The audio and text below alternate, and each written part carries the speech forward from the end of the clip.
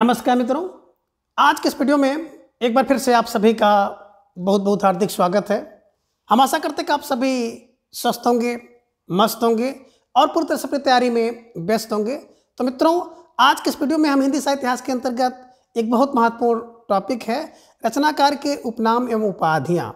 तो रचनाकार के उपनाम उपाधियों से संबंधित कुछ महत्वपूर्ण और संभावित प्रश्नों को व्याख्यात्मक तरीके से हल करेंगे और उसके साथ ही उन्हें ट्रिक की सहायता से याद करने का भी प्रयास करेंगे। तो हम आशा करते हैं कि वीडियो आप सबके लिए बहुत ही महत्वपूर्ण होने वाला है, इसलिए इस वीडियो को आप लोग अंत तक जरूर देखें। चैनल पर नए हैं तो चैनल को सब्सक्राइब कर लें और इसके साथ ही अगर आपको थोड़ा सा भी उचित लगे तो इस वीडियो को अपने जो परिचित लोग हैं उनके पास भी शेयर करें। और इसके पूर्व के वीडियो में लोगों ने कुल 40 प्रश्नों को देखा था, तो आज के इस वीडियो में उसके आगे के प्रश्नों को हम लोग जानेंगे। तो जैसा कि स्क्रीन पर आप देख पा रहे हैं, प्रश्न संख्या 41 है कि कवि कुल तिलक एवं अभिमान मेरु उपाधि किसकी है ना। यानी कि कब कुल तिलक किसको कहा जाता है या अभिमान मेरु किसे कहा जाता है। तो विकल्प ये कह रहे हैं कि पुष्प दंत हैं, विकल्प बी शंभु, विकल्प सी विद्यापति या फिर विकल्प डी धनपाल। तो धीरे धीरे ढेर सारे भाई बहनों का जवाब भी आ गया। अक्सर विकल्प ए को लाख किया जाए तो विकल्प ये पुष्प दंत इज राइट आंसर, बिल्कुल सही जवाब। बेहद सुंदर तैयारी। कैसे दिमाग में बैठाया जाए तो देखिए, जब कवि कुल की तिलक होती है ना तो उस पर पुष्प बरसाते हैं, तो पुष्प फार पुष्पदंत को ध्यान में रखिएगा। और अभिमान मेरु पर पुष्प होता है, तो अभिमान एक मेरु दिमाग में बैठा लिया। अभिमान माने घमंड होता है, मेरु माने पर्वत होता है, तो मेरु पर्वत कर लीजिएगा। पर्वत पर क्या होगा भैया, पुष्प चढ़ा दीजिए, ध्यान में रख लीजिएगा। और कुछ लोग ऐसे भी हो जाते हैं ना कि अभिमान में पर्वत की तरह क्या हो जाते हैं, ऊपर हो जाते हैं। तो आपको क्लू बनाना है कि कब की कुल की तिलक पर पुष्प चढ़ाते हैं और अभिमान मेरु पर पुष्प होता है। ऐसे ट्रिक बना लीजिएगा और दिमाग में बैठा लीजिए, ठीक है। चलिए, प्रश्न संख्या 42 है कि धनपाल को किस उपाधि से नवाजा गया है। विकल्प ये कह रहे हैं कि रत्नाकर की उपाधि से, विकल्प बी सरस्वती, विकल्प सी रसा या फिर विकल्प डी अब्र। धीरे धीरे ढेर सारे भाई बहनों का जवाब भी आ गया। सर विकल्प बी को लाख किया जाए, विकल्प B Saraswati is right answer, बिल्कुल सही जवाब। बेहद सुंदर तैयारी है ना। कैसे, देखिए, धन पाते हैं या धन का पालन करते हैं, लक्षण करते हैं। अगर किसी व्यक्ति के पास सरस्वती है ना तो क्या करेगा, वो धन को प्राप्त कर लेगा, धन पा लेगा। और किसी के बाद अगर सरस्वती है तो धन की रक्षा भी कर लेगा। तो कहने का आशा है जहाँ पे देखिएगा धनपाल और उसको मिला दीजिएगा सरस्वती से, ठीक है ना। तो निश्चित रूप से जिन भाई बहनों का जवाब विकल्प बी था, बिल्कुल सही जवाब। बेहद सुंदर तैयारी, ठीक है। चलिए, प्रश्न संख्या 43 है कि शिव शंभु किसकी उपाधि है। विकल्प कह रहे हैं कि बाल के शर्मा की, विकल्प बी जयशंकर प्रसाद, विकल्प सी बाल मुकुंद गुप्त या फिर विकल्प डी चंद्र शर्मा। जवाब दीजिए। प्रश्न संख्या 43 है कि शिव शंभु किसकी उपाधि है। और धीरे धीरे ढेर सारे भाई बहनों का जवाब आ गया कि सर विकल्प सी को लाख किया जाए तो विकल्प सी बाल मुकुंद गुप्त इज राइट आंसर, बिल्कुल सही जवाब। बेहद सुंदर तैयारी है ना। कैसे दिमाग पे देखिए, शंभु, शिव शंभु बोले बाल मुकुंद है ना। अब देखिए क्या होता है कि शिव शंभु, जब शिव शंभु का नारा लगाते हैं ना, शिव शंभु, तो बुद्धि कुंद हो जाती है। ध्यान में रखिएगा, शिव शंभु का नाम लेते ही बुद्धि कुंद हो जाती है। बुद्धि कुंद को बाल मुकुंद कर लीजिएगा, ठीक है। चलिए, प्रश्न संख्या 44 है कि भानु उपाधि किस रचनाकार की है। विकल्प ए कृष्ण बलदेव वैद का है, विकल्प बी शिव प्रसाद का है, विकल्प सी जगन्नाथ प्रसाद का है या फिर विकल्प डी बद्रीनाथ भट्ट का है। तो प्रश्न संख्या 44 का जवाब आप सबको देना है। और धीरे धीरे ढेर सारे भाई बहनों का जवाब आ गया कि सर विकल्प सी को लाख किया जाए तो विकल्प सी जगन्नाथ प्रसाद इज राइट आंसर, बिल्कुल सही जवाब। बेहद सुंदर तैयारी। कैसे दिमाग में बैठाया जाए तो देखिए, भानु कौन है, बोले जगन्नाथ प्रसाद भानु, हिंदी भानु जगन्नाथ प्रसाद, ध्यान में रखिएगा, ठीक है। चलिए, प्रश्न संख्या 45 है कि कृष्ण बलदेव वैद किस उपाधि से भी जाने जाते हैं। यानी कि कृष्ण बलदेव वैद की उपाधि कौन सी इसमें है।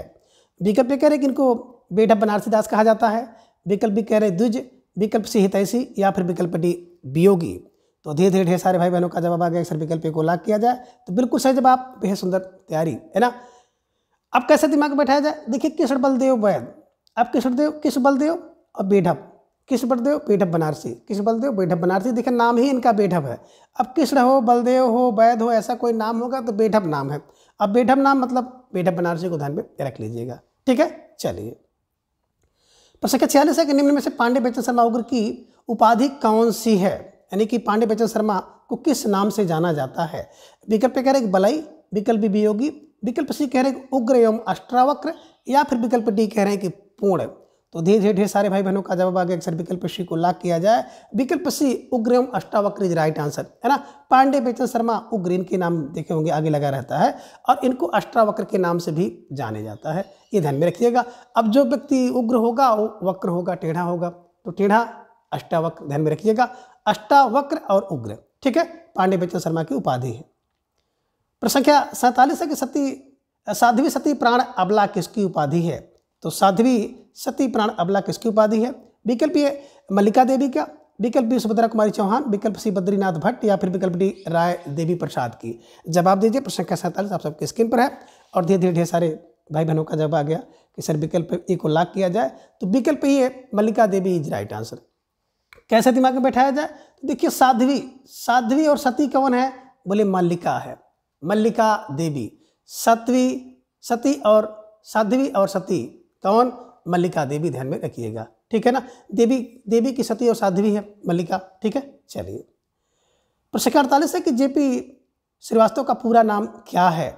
विकल्प ए कह रहे कि गोपाल श्रीवास्तव नाम है, या फिर विकल्प बी कह रहे हैं कि इनका नाम जयप्रकाश श्रीवास्तव है, विकल्प सी कह रहे हैं कि जयशंकर प्रसाद है, या फिर विकल्प डी गंगा प्रसाद श्रीवास्तव है। तो प्रश्न संख्या 48 का जवाब आपको देना है कि जेपी श्रीवास्तव का पूरा नाम क्या है, और धीरे धीरे ढेर सारे भाई बहनों का जवाब आ गया कि सर विकल्प डी को लॉक किया जाए। तो विकल्प D Ganga Prasad Shrivastava is right answer.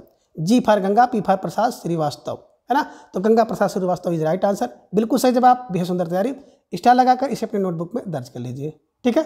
चलिए प्रश्न संख्या 49 है कि वैद्यनाथ मिश्र को कौन कौन सी उपाधि प्रदान की गई है, या इनके कौन कौन से अन्य नाम हैं? विकल्प कह रहे कि यात्री और नागार्जुन इनका नाम है, या फिर विकल्प बी बाबा और ढक्कन मिश्र इनको कहते थे, विकल्प सी कह रहे कि राजनीतिक कवि इनकी उपाधि है, या फिर विकल्प डी उपयुक्त सभी। तो प्रश्न संख्या 49 का जवाब आप सबने दिया कि सर विकल्प डी सरकारी जवाब को लॉक किया जाए। तो बिल्कुल सही जवाब, बेहद सुंदर तैयारी, है ना। और वैद्यनाथ मिश्र जी की बात करें तो इन्हीं को नागार्जुन, इन्हीं को यात्री, इन्हीं को बाबा, इन्हीं को ढक्कन मिश्र, किर मिश्र और राजनीतिक कवि आदि नामों से जाना जाता है, तो ये ध्यान में रखिएगा, ठीक है। चलिए प्रश्न संख्या 50 है कि रुद्र एवं काशिकी उपाधि किसकी है? विकल्प कह रहे कि गुलशेर खां का है, या फिर विकल्प बी शिवाराम यात्री का है, विकल्प सी शिव प्रसाद मिश्र का है, या फिर विकल्प डी मनोहर श्याम जोशी का है। तो प्रश्न संख्या 50 का जवाब आप सबको देना है और धीरे धीरे ढेर सारे भाई बहनों का जवाब आ गया कि सर विकल्प सी को लॉक किया जाए। Shiv Prasad Mishra is right answer, है ना। देखिए शिव को रुद्र एवं काशिकी, है ना, ये ध्यान में रखिएगा। शिव प्रसाद कौन है? रुद्र होते हैं, रुद्र को जानते हो, रुद्र शिव है, बड़ी जल्दी।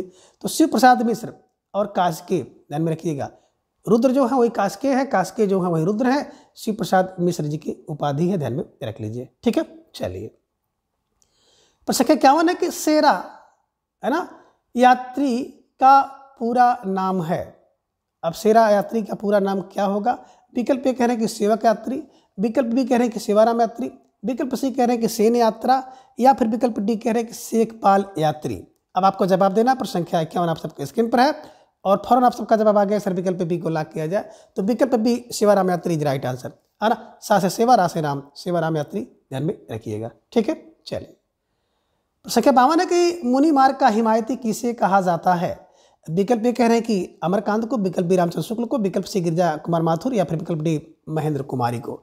तो प्रश्न संख्या 52 का जवाब आपको देना है कि मुनि मार्ग का हिमायती कौन है, और धीरे धीरे ढेर सारे भाइयों का जवाब भी आ गया, इसलिए विकल्प बी को लॉक किया जाए। Ramchandra Shukla is right answer, बिल्कुल सही जवाब, बेहद सुंदर तैयारी। कैसे दिमाग में इसको बैठाया जाए? तो देखिए मुनियों के लिए हिमायती कौन है? बोले राम है। कौन? रामचंद्र। तो मुनियों के लिए रामचंद्र हिमायती हैं, ध्यान में रखिएगा, इसीलिए मुनि लोग राम राम का नाम लेते हैं। तो मुनि मार्ग का हिमायती कौन है? बोले रामचंद्र हैं। तो रामचंद्र फॉर रामचंद्र शुक्ल को ध्यान में रखिए, स्टार लगाकर इसे अपने नोटबुक में दर्ज कर लीजिएगा, ठीक है। चलिए प्रश्न संख्या 53 है कि सिली मुख उपाधि किसकी है?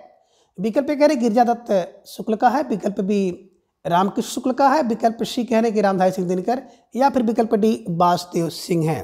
तो प्रश्न संख्या 53 का जवाब आपको देना है कि सिली मुख उपाधि किसकी है, और धीरे धीरे ढेर सारे भाई बहनों का जवाब भी आ गया, अक्सर विकल्प बी को लॉक किया जाए। रामकृष्ण शुक्ल इज राइट आंसर, बिल्कुल सही जवाब, बेहद सुंदर तैयारी, है ना। सिली मुख किसका है? रामकृष्ण शुक्ल, रामकृष्ण शुक्ल, ध्यान में रखिएगा, ठीक है। चलिए प्रश्न संख्या 54 है कि हिंदी का सेंटा क्लॉज किसे कहा जाता है? विकल्प कह रहे कि नाथूराम शर्मा को, विकल्प बी शमशेर बहादुर सिंह को, विकल्प सी रामचंद्र शुक्ल, या फिर विकल्प डी है विशंभर नाथ शर्मा को। आपको जवाब देना है और धीरे धीरे ढेर सारे भाई बहनों का जवाब पहले से आ चुका है कि सर विकल्प सी को लॉक किया जाए। Ramchandra Shukla is right answer, बिल्कुल सही जवाब, बेहद सुंदर तैयारी। अब हिंदी का सेंटा क्लाज, बोले सर हिंदी का सेंटा क्लाज राम है, राम है, राम फॉर रामचंद्र शुक्ल को ध्यान में रखिएगा, ठीक है ना। और आप ये भी कह सकते हैं कि हिंदी का सेंटा क्लाज शुक्ल है, और शुक्ल को जानते हैं, शुक्ल का मतलब ही होता है रामचंद्र शुक्ल, है ना, तो ये ध्यान में रखिएगा, ठीक है। हिंदी का सेंटा क्लाज रामचंद्र शुक्ल, ये ध्यान में रखिएगा, ठीक है। चलिए प्रश्न संख्या 55 है, कविता कामनी कांत किसकी उपाधि है? विकल्प कह रहे कि नाथूराम शर्मा का है, विकल्प बी गजानन माधव का है, विकल्प सी लोचन प्रसाद पांडे का, या फिर विकल्प डी वासुदेव सिंह का है। तो प्रश्न संख्या 55 का जवाब आप सबको देना है और धीरे धीरे ढेर सारे भाई बहनों का जवाब भी आ गया। सर विकल्प ए को लॉक किया जाए, तो विकल्प A Nathuram Sharma is right answer, बिल्कुल सही जवाब, बेहद सुंदर तैयारी, है ना।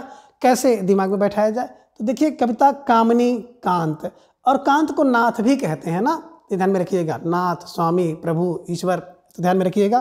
तो नाथ फार नाथू को बैठा लीजिएगा कि कविता कामनी कांत और नाथ, कविता कामनी कांत कौन है? नाथ हैं, तो नाथ फार नाथूराम शर्मा को ध्यान में रखिएगा। स्टार लगाकर इसे अपनी नोटबुक में दर्ज कर लीजिए, ठीक है। चलिए प्रश्न का 56 है कि जनता के बीच का कवि किससे कहा जाता है? विकल्प ये कह रहे हैं कि हरबंस राय बच्चन है, विकल्प बी फाणेश्वर नाथ रेणु, विकल्प सी विशंबर नाथ शर्मा है, या फिर विकल्प डी वासुदेव। तो प्रश्न संख्या 56 का जवाब आप सबका आ गया कि सर विकल्प ए को लॉक किया जाए, तो विकल्प ए Harivansh Rai Bachchan is right answer, बिल्कुल सही जवाब, बेहद सुंदर तैयारी, है ना। जनता के बीच कवि कौन है हो सकता है? बोले सर बच्चन होते हैं, है ना, जनता के बीच में बच्चन, बच्चन फार हरबंस राय बच्चन को ध्यान में रखिए। स्टार लगाकर इसे अपने नोटबुक में दर्ज कर लीजिए, ठीक है। चलिए प्रश्न का 57 है कि निम्न में से किंवदंती पुरुष उपाधि किसकी है? आपको जवाब देना है। विकल्प ए कह रहे गजानन माधव मुक्तबोध की उपाधि है, या फिर विकल्प बी वासुदेव सिंह की, विकल्प सी बैद्यनाथ मिश्र की, या फिर विकल्प डी शमशेर बहादुर सिंह की है। आपको जवाब देना। प्रश्न संख्या 57 आप सबके स्क्रीन पर है कि किंवदंती पुरुष उपाधि किसकी है, और धीरे धीरे आपका जवाब भी आना शुरू हो गया कि सर विकल्प बी को लॉक किया जाए, Vasudev Singh is right answer, है ना। और इन्हीं वासुदेव सिंह का अगर देखा जाए तो आपने देखा होगा एक अन्य नाम त्रिलोचन भी है ना। तो त्रिलोचन का मूल नाम वासुदेव सिंह है, तो किंवदंती पुरुष कौन है? यही त्रिलोचन है, तो वासुदेव है। तो वासुदेव की आप क्लियो में बैठा लीजिए ना, किंवदंती पुरुष किसकी है, कौन है? बोले वासुदेव है, किंवदंती पुरुष वासुदेव है। किंवदंती तमाम प्रकार की किंवदंतियाँ लोगों द्वारा कहा जाता है ना, तो वासुदेव के विषय में ढेर सारी बातें आपने सुनी होगी, ढेर सारी किंवदंती सुनी होगी, तो ऐसे क्लियो बना लीजिएगा कि किंवदंती किसकी? वासुदेव की, तो वासुदेव सिंह ध्यान में रखिएगा। स्टार लगाकर नोटबुक में दर्ज कर लीजिए, ठीक है। चलिए प्रश्न संख्या 58 है कि विजयानंद दुबे किसका एक अन्य नाम है? विकल्प कह रहे कि अब्बानुनाथ का, विकल्प बी बाबू गोपाल चंद्र गिरधर दास का, विकल्प सी विशंबर नाथ शर्मा कौशिक का, या फिर विकल्प डी कैलाश सक्सेना का। तो प्रश्न संख्या 58 का जवाब आपको देना है कि विजयानंद दुबे उपाधि किसकी है, और धीरे धीरे ढेर सारे भाई बहनों का जवाब आ गया कि सर विकल्प सी को लॉक किया जाए, तो विकल्प C Vishambhar Nath Sharma Kaushik is right answer, बिल्कुल सही जवाब, बेहद सुंदर तैयारी। कैसे दिमाग में बैठाया जाए? देखिए विजयानंद, अब विजय कौन करता है? विजय का आनंद तब मिलेगा जब विश्व भर में हो। विजयानंद कब होगा? जब विश्व भर में विजय होगी, तभी तो आपका आनंद होगा। विजयानंद विश्व भर में, तो विश्व भर में विश्व भार विशंबर नाथ शर्मा कौशिक ध्यान में रखिएगा कि विजय का आनंद विश्व भर में, ठीक है। चलिए प्रश्न संख्या 59 काफ़ी पुराना और परिचित प्रश्न है ना, सभी लोग इसको जानते होंगे कि गड़िया और जड़िया किस कवि की उपाधि है? विकल्प कह रहे हैं कि बद्रीनाथ चौधरी प्रेमघन का, विकल्प बी जगन्नाथ दास रत्नाकर का, विकल्प सी नंददास, या फिर विकल्प डी किशोरदास। तो ये तो बिल्कुल आपने प्रश्न देखते ही इसका जवाब दे दिया था कि सर विकल्प सी नंददास इज राइट आंसर, है ना। गड़िया और जड़िया कौन है? बोले सर नंद है ना। तो गड़िया और जड़िया कब कौन? नंददास, नंद फर नंददास को ध्यान में रखिएगा, ठीक है। चलिए प्रश्न का 60 है कि स्नेही एवं त्रिशूल उपनाम से किस कवि को जाना जाता है? विकल्प कह रहे हैं कि पांडे बच्चन शर्मा उग्र को, विकल्प बी ज्ञा प्रसाद शुक्ल स्नेही को, विकल्प सी उपेंद्र नाथ अस के, या फिर विकल्प डी शिव प्रसाद सिंह को। तो बिल्कुल आप सबका जवाब भी आ गया, अक्सर विकल्प बी को लॉक किया जाए, विकल्प बी ज्ञा प्रसाद शुक्ल, है ना। अब ज्ञा प्रसाद शुक्ल को स्नेही से इन्होंने बिल्कुल श्रृंगारिक रचनाएं की हैं, और त्रिशूल शीर्षक या उपनाम, त्रिशूल उपनाम से इन्होंने राष्ट्रीय परक जो है रचनाएं की हैं। तो राष्ट्रीय परक और श्रृंगारिक ध्यान में रख लीजिएगा।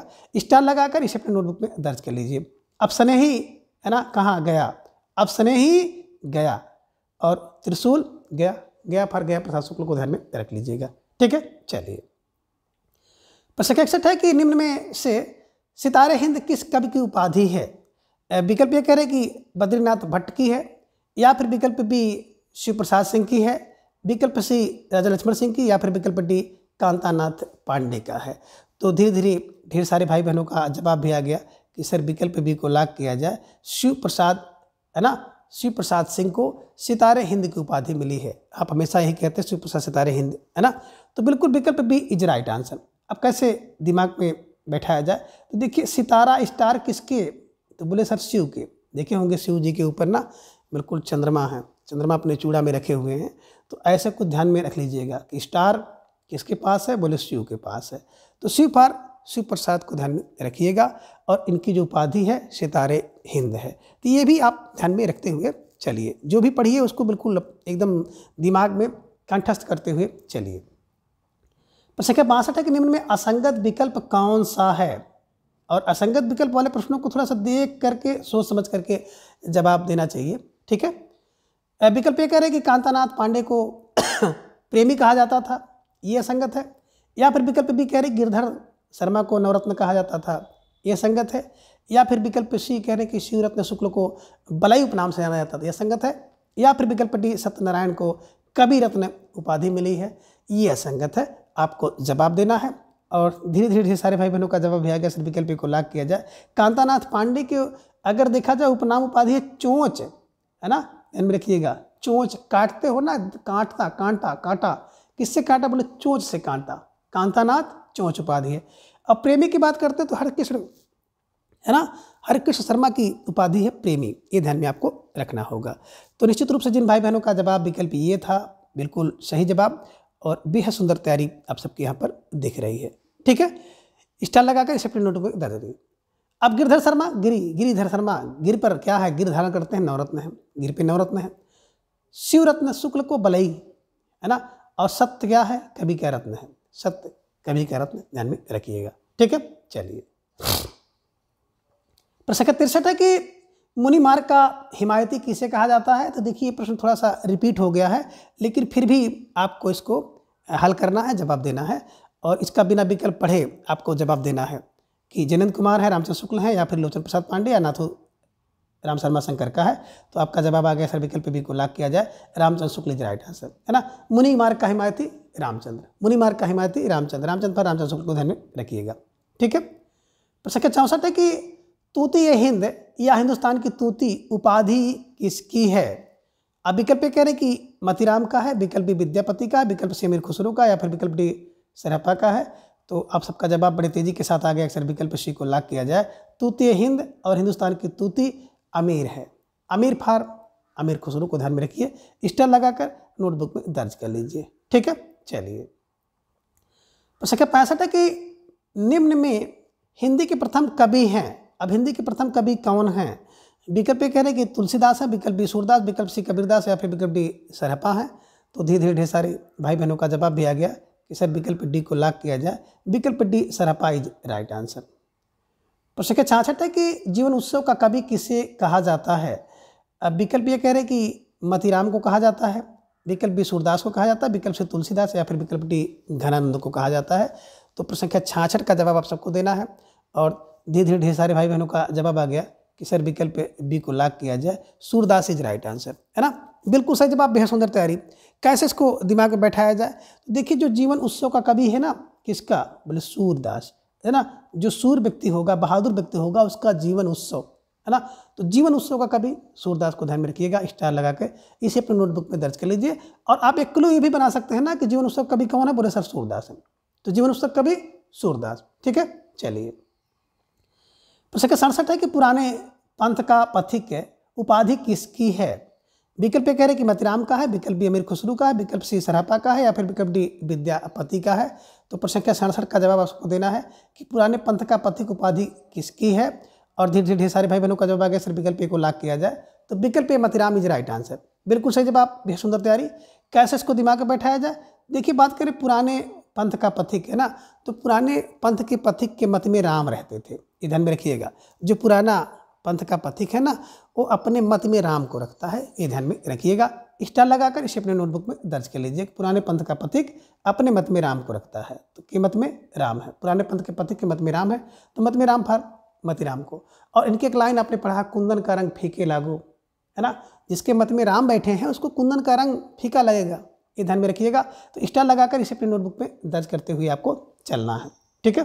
चलिए, प्रश्न का आंसर है कि जमादानी का दावा रखने वाला कवि कौन है? विकल्प ए कह रहे हैं कबीरदास है, विकल्प बी मुल्ला दाऊद है, विकल्प सी घनानंद है, या फिर विकल्प डी केशवदास है। तो प्रश्न के 68 का जवाब आप सबको देना है। और धीरे धीरे ढेर सारे भाई बहनों का जवाब आ गया कि सर विकल्प सी को लॉक किया जाए। विकल्प सी घनानंद जी राइट आंसर, बिल्कुल सही जवाब, बेहद सुंदर तैयारी। कैसे दिमाग में बैठाया जाए? देखिए, जमादानी का दावा कौन रखता है? जिसके पास घनानंद है। अब जिसके पास घनानंद है वही जमादानी का दावा करता है, ये ध्यान में रखिएगा। और आपने देखा होगा ना, जिसके पास खूब धन है ना, वो भी जमादानी का दावा रखता है। तो ऐसे कुछ क्लू बना लीजिएगा कि जिसके पास धन है वो जमादानी का दावा रखता है, और या जिसके पास घना आनंद है ना, वही क्या करता है, जमादानी का दावा रखता है। तो स्टार लगाकर इसे अपने नोटबुक में दर्ज करते हुए आपको चलना है, ठीक है। चलिए, प्रश्न संख्या 69 है कि हृदयहीन कवि एवं कठिन काव्य का प्रेत कौन है? विकल्प कह रहे हैं कि महावीर प्रसाद द्विवेदी हैं, या फिर विकल्प बी केशवदास, विकल्प सी घनानंद, या फिर विकल्प डी केशव राम हैं। तो आपको जवाब देना है कि हृदयहीन कवि और कठिन काव्य का प्रेत किसे कहा जाता है। प्रश्न संख्या 69 का जवाब आप सबको देना है। और धीरे धीरे ढेर सारे भाई बहनों का जवाब आ गया कि सर विकल्प बी को लॉक किया जाए, केशवदास इज राइट आंसर, बिल्कुल सही जवाब, बेहद सुंदर तैयारी, है ना। अब हृदयहीन केशव, कठिन काव्य केशव, ध्यान में रखिएगा। और इसके पहले आपने देखा था ना कि कठिन गद्य का प्रेत किसे कहते हैं, तो आपने बताया था कि सच्चिदानंद हिरण्यवास से आगे, है ना, ये भी ध्यान में रखना है। स्टार लगाकर इसे अपनी नोटबुक में दर्ज कर लीजिएगा, ठीक है। चलिए, प्रश्न संख्या 70 है कि पुष्टिमार्ग का जहाज किसे कहा जाता है? विकल्प ये कह रहे हैं कि तुलसीदास को कहा जाता है, या फिर विकल्प बी विद्यापति को, विकल्प सी सूरदास, या फिर विकल्प डी केशवदास को। तो धीरे धीरे ढेर सारे भाई बहनों का जवाब भी आ गया कि सर विकल्प सी को लॉक किया जाए, सूरदास इज राइट आंसर, बिल्कुल सही जवाब, बेहद सुंदर तैयारी, है ना। अब पुष्टिमार्ग का जहाज सूरदास, पुष्टिमार्ग का जहाज सूरदास, ध्यान में रखिएगा कि पुष्टिमार्ग का जहाज कौन है, बोले सर सूरदास है, ये ध्यान में रखिएगा। स्टार लगाकर इसे अपनी नोटबुक पे भी दर्ज कर लीजिए, ठीक है। तो मित्रों, आज के इस वीडियो में बस इतना। इसके अगले भाग को हम लोग अगली वीडियो में जानेंगे। तब तक के लिए आप सभी अपना ख्याल रखिए और अपना अधिक से अधिक समय अपने अध्ययन पर लगाएं। आपकी परीक्षा किसी भी समय और कभी भी हो सकती है, तो आपको ऐसा कुछ मान करके अपनी तैयारी को करना है। और आप सभी अपना स्नेह, विश्वास एवं प्रेम इसी तरह से चैनल पर बनाए रखें। धन्यवाद, नमस्कार, बाय बाय।